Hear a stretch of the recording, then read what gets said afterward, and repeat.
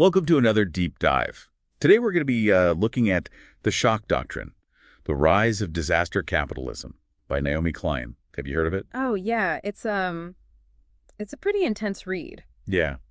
It kind of makes you look at the world a little differently. It really does. Basically, the book argues that crises, like wars or natural disasters, are used to push through radical free market policies. Kind of a controversial idea, but... Definitely. It makes you think, like, are these events really just being exploited? Yeah, exactly.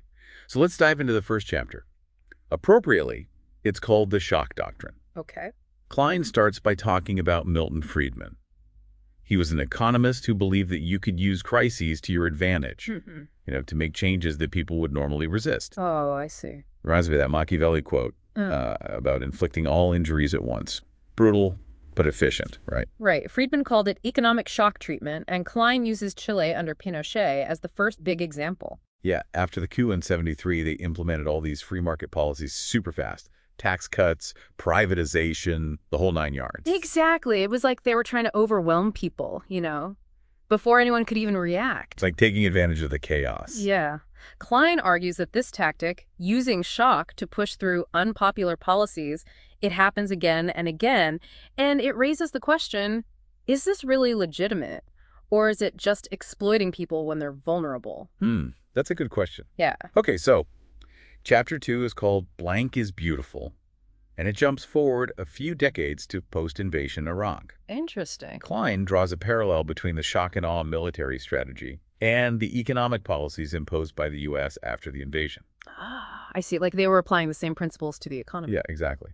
Paul Bremer, the head of the Coalition Provisional Authority, came in and immediately started pushing for mass privatization, a flat tax, shrinking the government. Wow. And a lot of Iraqis were not happy about it. I can imagine. Klein quotes one official saying that his people were sick and tired of being the subjects of experiments. Yeah, that makes sense. And then there's this quote from a U.S. security contractor who said that the chaos offered real promise. Oh, wow. Kind of gives you chills, right? Yeah, like they saw opportunity in the destruction. Which is basically what Klein means by disaster capitalism, right? I think so. Okay, now it gets a little darker. Chapter 3 is called The Torture Lab. And in this chapter, Klein links the literal torture techniques used at Abu Ghraib to the metaphorical torture of shock therapy. That's pretty intense. Yeah. She talks about how these techniques, like sensory deprivation and overload, are designed to break people down, to force them to make concessions. And she points out that the CIA actually had manuals outlining these methods. Really? Yeah. And she asked this really thought-provoking question. Were similar principles applied to entire societies under regimes like Pinochet's? It's not just about physical violence. It's about psychological manipulation, using economic shock to achieve a similar kind of breakdown of resistance. Right.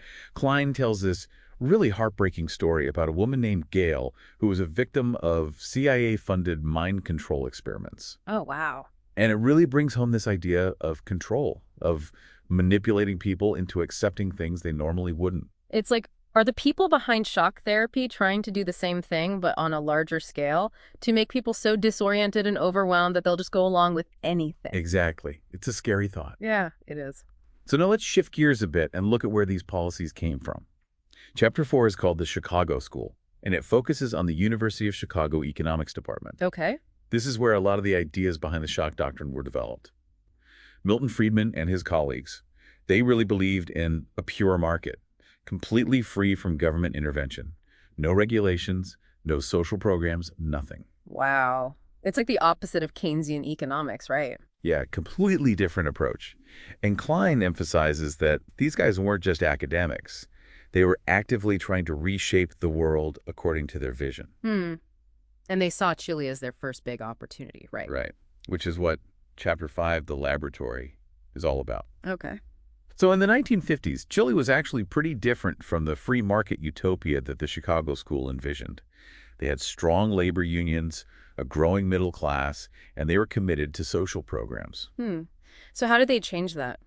Well, Klein explains how they created this program called the Chile Project to train a whole generation of Chilean economists at the University of Chicago, basically immersing them in free market ideology. So they were planting the seeds for the future. Exactly. Klein argues that this was a deliberate long-term strategy and that it was backed by the U.S. government. They wanted to steer Chile away from its developmentalist model and towards a more free market approach. It's kind of like a form of ideological pressure, isn't it? Yeah, you could say that. It's like they were setting the stage for what was to come. And what was to come was the coup in 73. Yeah, that's where things get really intense. We'll talk about that next. Okay, so Chapter 6, The Shock of 73, takes us right to the Chilean coup, the overthrow of Allende. It's where everything we've talked about comes together. The Chicago School, the U.S. involvement, and the idea of using shock to make change happen. It's a tough chapter. Klein really describes the violence, the bombing of La Moneda, Allende's death.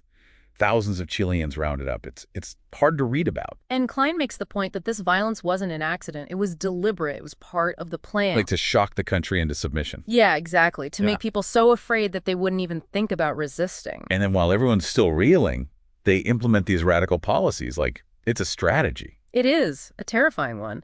And Klein sees this same pattern happening in other places, too. Like in Chapter 7, Shock Therapy in the Southern Cone. She talks about Argentina and Uruguay. So it wasn't just a one-off in Chile. They used this playbook in other countries. Yeah.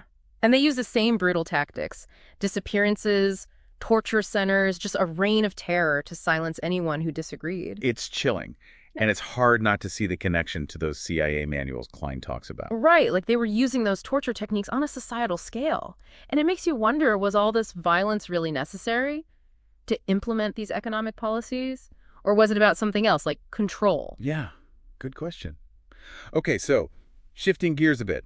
Chapter 8, Blank is Back. The Shock of 89. This one takes us to the collapse of the Soviet Union and the rise of Boris Yeltsin. Right, and this was another perfect opportunity for the Shock Doctrine, because remember Friedman said that real change only happens during a crisis. And the fall of the Soviet Union, I mean, that was a huge crisis, so much chaos and uncertainty. Exactly. And Klein argues that people like Jeffrey Sachs, you know, he was a big advocate for shock therapy, they saw this as a chance to implement their ideas on a grand scale. So they pushed for rapid privatization, deregulation, the whole package. And just like in Chile, it wasn't peaceful. Klein talks about how Yeltsin used violence to crush opposition, even ordered tanks to shell the parliament building in 93. Wow. It's like they were using the same playbook again. And the result was the same, too. A small group of oligarchs got incredibly wealthy, and millions of people were plunged into poverty. It's a depressing pattern. But Klein is arguing that this isn't just something that happened in the past.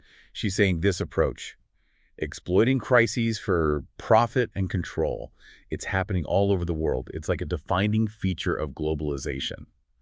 And that brings us to Chapter 9, The Shock of Disaster. Right.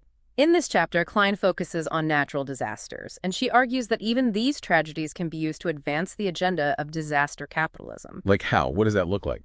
Well, she uses the 2004 tsunami in Sri Lanka as an example. After the tsunami hit, people were obviously vulnerable, desperate for help. And Klein argues that this vulnerability was exploited by corporations and governments.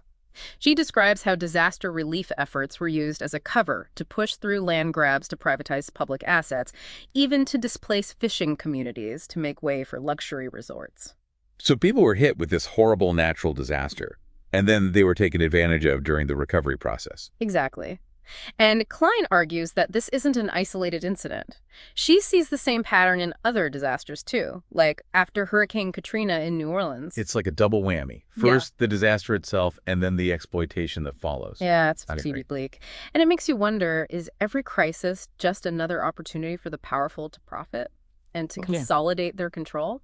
It's heavy stuff, right? Like, is there any hope? Does Klein offer any solutions to this disaster capitalism? Yeah, she does. She doesn't leave us completely in the dark. In the last couple chapters, she talks about resistance and ways to fight back. Okay, so what does that look like? What kind of solutions does she propose? Well, one thing she emphasizes is collective action. Like, people need to come together to challenge these systems of power. So like social movements, protests. Yeah, exactly. Think about the labor movement historically. Or there's global justice movements pushing back against the WTO and stuff. Right. It's about people realizing they have power when they work together. They don't have to just accept the way things are. Exactly. And she doesn't just talk about resisting. She also talks about building alternatives, creating new systems. Like what?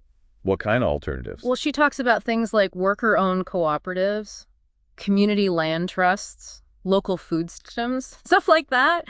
Ways of structuring the economy differently. To make it more fair and sustainable? Yeah. She calls these examples the shock of the possible. Oh, yeah. I remember that. It's Yeah. like proving that another world is possible, Mhm. that things don't have to be this way. Right.